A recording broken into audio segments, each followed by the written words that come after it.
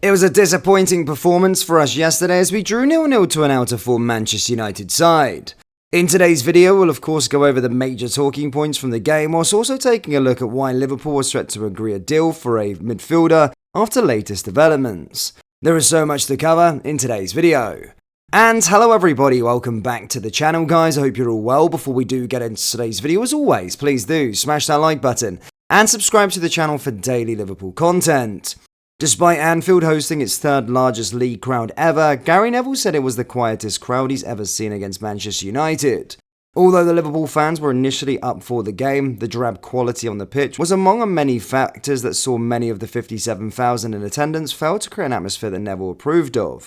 While the pundit is a Man United fan and a legend, he has been known to praise Anfield's atmosphere, but on Sky he described the game as the worst he's seen at Anfield ever in a Liverpool vs Man United fixture. The match started and Anfield was noticeably louder, according to journalist David Lynch. However, as the first half progressed, the noise died down and never reached the heights we know it can. After the match, Neville said, "I've always been complimentary of Liverpool fans. It's the biggest crowd they've had for 60 or 70 years, but it's the quietest crowd I've seen in the game. I don't know what was up with them today. I don't think there's maybe a little bit of overconfidence before the game. People wearing Christmas jumpers with 7-0 on and stuff like that.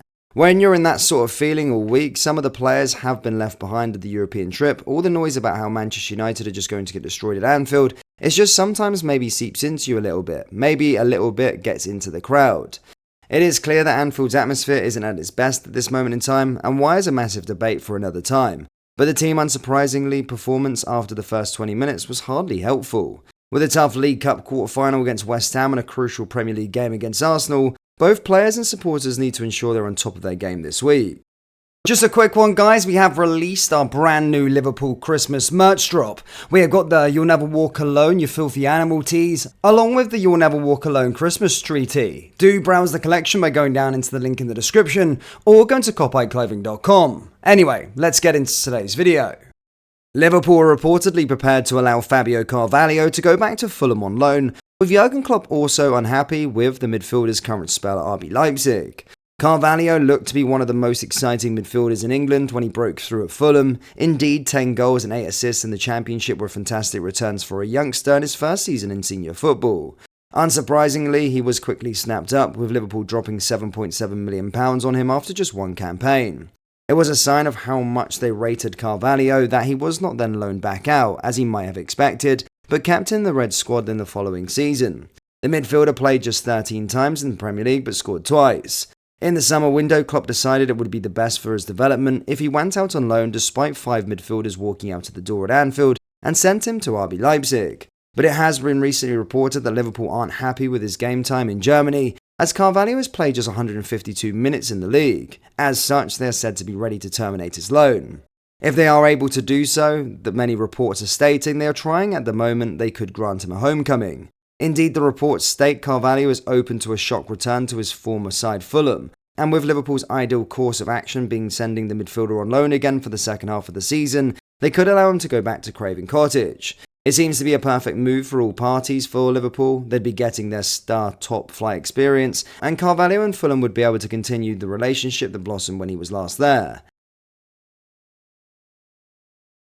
Liverpool somehow contrived to drop their first points of the season at Anfield against the worst team to visit, drawing 0-0 with Manchester United.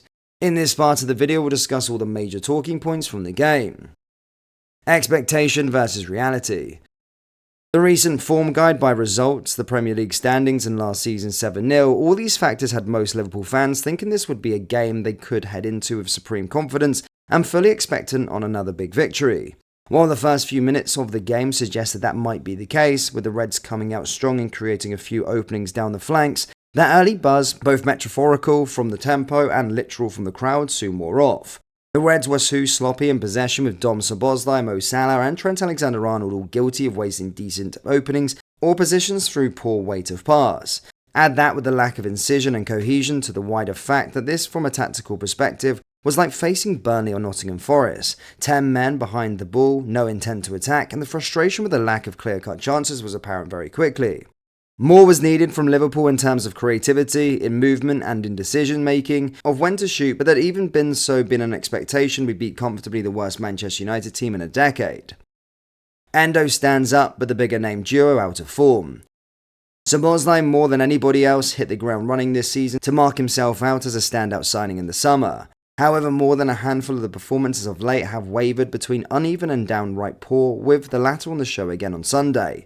The number 8 was too slow to pick his pass, didn't really drive at his man through the middle when both opponents were on yellow cards, and continued to spurn chances to find a teammate right up until he was subbed on the hour mark. Ryan Gravenberch also departed then, albeit through injury, but the Dutchman similarly flattered to deceive. A couple of diving runs aside, he was a non-event too often. And behind them both was the player who would and have been on the pitch in normal circumstances, Wataru Endo. He wasn't a star performer by any means, but solid and aggressive, reliable on the ball, but without any ability to play defence-splitting passes into the final third. The attack didn't fire, but the midfield didn't really set any kind of platform for service or support, which very much includes when Alexander-Arnold went there and proceeded to whack out about half a dozen long crosses and passes over hit out of play. Change and change about. After a fairly uneventful first half, it can be expected that the boss had a few words to say at half-time, though in terms of performance impact it didn't seem to do much. Jurgen Klopp then eventually made his first double change to switch up the shape, moving from a 4-3-3 to an almost all-out attack 4-2-4, Cody Gakpo and Luis Diaz wide at the point with Endo Trent on the double pivot. Predictably, all shape was lost and control of the game departed. One shot wide from Alexander-Arnold aside, the attempt to overload in attack simply didn't work at all. So another pair of subs came on to try and rectify that, last week's match winners Curtis Jones and Harvey Elliott. The second shape change proved just as unfruitful, Jones not really able to get involved as a left-sided attacker, and no great speed through the centre at that point. Bad decisions, timing or technique.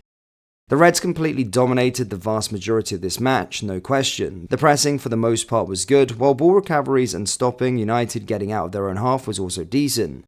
And while chance creation was down, it was not gone entirely. But the finishing was. Salah sent a couple of soft ones goal ward and then started shooting from ridiculous angles. Gakpo arguably only did that after coming on, then spooned a header over the bar in the last minute unmarked in the middle. Darwin Núñez didn't really have much come his way. Diaz repeatedly tried the same trick to cut in and got nowhere, and even the centre-backs up for a lot of set pieces had no joy whatsoever. The patience didn't last long enough in the build-up play, but the movement was never there in the first place. That's what would have brought about a few more clear chances, one-on-one situations, or just open up shooting opportunities. Then again, judging by Szoboszlai and Trent failing to hit the target from the few we did make, maybe nothing was making a difference on the day.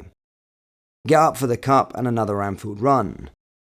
After a midweek of youths and backups, this was the first of 3 straight matches of importance, all at Anfield, all within a week. Safe to say we need to be better in the next 2 after failing to win or score for the first time at home this term in all competitions. Following Man United come West Ham with a place in the League Cup semi-finals at stake. Then it's Arsenal and what will be a top 2 of the table clash before the weekend's action starts, but neither club might actually be there by kickoff. More to the point, Liverpool have spurned their chance to lead the Gunners going into the game as a result of this draw, and a series of poor performances have caught up with the Reds here. It needs to be a wake-up call, a result which reasserts the need to find technical excellence to go within positional work that has done a lot of good in recent weeks. We're still ahead of the curve this season as a whole, but the challenge has always been to stay there. This type of performance and result won't do that. Liverpool fans, what are your thoughts on the game yesterday? And what do you think of Fabio Carvalho going back to Fulham? Let me know down there in the comment section below. That brings us to the end of today's video. As always, please do smash that like button and subscribe to the channel for daily Liverpool content. Remember, we do have Liverpool t-shirts available on our website, so do browse the collection by going down into the link in the description or going to copyclothing.com. Thank you, and I'll see you all next time. Take care. Peace.